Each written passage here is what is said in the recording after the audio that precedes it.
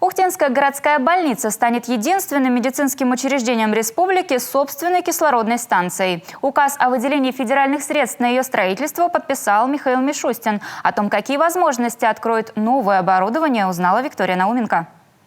Почти 15 лет обеспечивают кислородом Ухтинскую больницу вот эти газификаторы на 3,5 тонны каждый. Они работают на жидком кислороде, который привозят из Кировской области цистернами. И хотя это оборудование ни разу не подводило больницу, его использование выходит учреждению дорого. Главным образом сам жидкий кислород.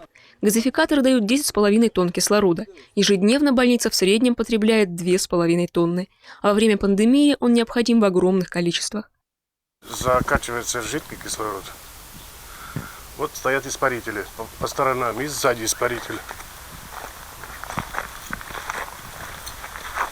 Вот. И все, он через испаритель проходит газообразный, идет на корпус хирургической, терапевтической. В Ухтинской больнице давно мечтали производить кислород на месте. И, наконец, учреждению предоставят такую возможность. Указом председателя правительства Российской Федерации больница в числе 20 медучреждений в стране получит 32,5 миллиона рублей из федерального бюджета на установку кислородной станции. По сути, это мини-кислородный завод, заключенный в единый модуль, который изготовит Подмосковье.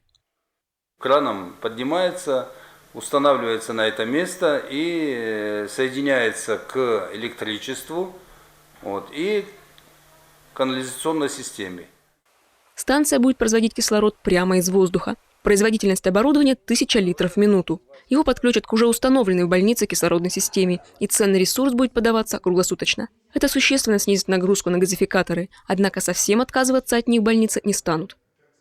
Уже такого потребления, допустим, не будет жидкого кислорода. Оно уменьшится. Но насколько, это зависит от того, насколько люди будут болеть. Площадка под кислородную станцию на территории больницы уже выбрана и подготовлена. И практически он будет стоять 12 метров на 3 метра.